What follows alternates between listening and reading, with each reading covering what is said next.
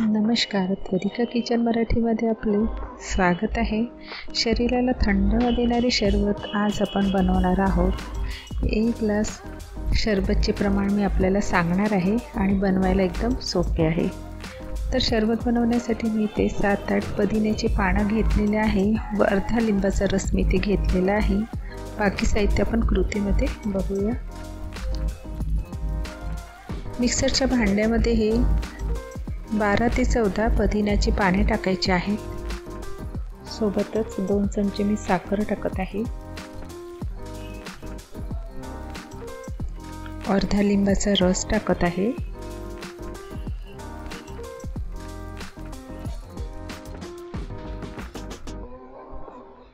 छोटासा अद्रकचा तुकडा, थोडंसं मीठ, हे साधं मीठ आहे, आणि थोडीशी जिरेपूड आणि अगदी थोडंसं काळं मीठ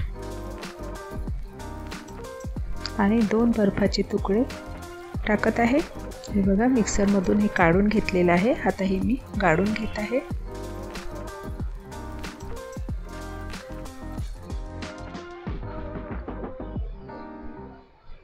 त्याच मिक्सरच्या भांड्यामध्ये मी 1 ग्लास पाणी टाकत आहे आणि ते सुद्धा मी गाळून घेणार आहे।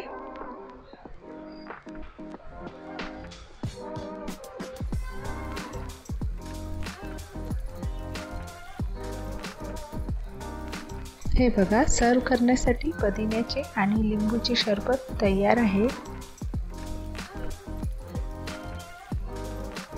ग्लासमध्ये मी काढून घेत आहे। हे बघा, सर्व करण्यासाठी पुदिन्याचे लिंबूचे रस तयार आहे। त्यात मी 1 बर्फाचा तुकडा टाकत आहे। मस्त असं पुदिना लिंबूचं शरबत तयार आहे। माझी रेसिपी आवडली असेल तर लाईक करा आणि सबस्क्राईब करायला विसरू नका।